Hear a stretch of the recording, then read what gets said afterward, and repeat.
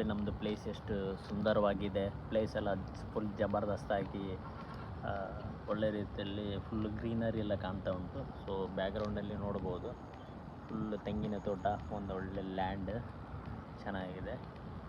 Full ಏನು ಹೇಳ್ತಾರಲ್ಲ ಅದಕ್ಕೆ, ಇಲ್ಲಿ ಬಂದು ಕೂತ್ಕೊಂಡ್ರೆ ತುಂಬ ಚೆನ್ನಾಗಿ ಒಂದು ಫೀಲ್ ಬರುತ್ತೆ. ಇಲ್ಲಿ ಪಕ್ಕದಲ್ಲೇ ನದಿ ಉಂಟು ಮತ್ತು ಬಿದ್ದು ತೋಟ ಉಂಟು, ಚೆನ್ನಾಗಿ ಒಂದು ಪಕ್ಕದಲ್ಲೇ ಮನೆ. ಸೊ ಅಲ್ಲಿ ನಮಗೆ ಬೋರ್ ಆದರೆ, ಮನೆ ಹತ್ರ ಬೋರ್ ಆದರೆ, ಸೊ ಇಲ್ಲಿ ಬಂದು ನಮ್ಮದಿದೆ ಅಡ್ಡ.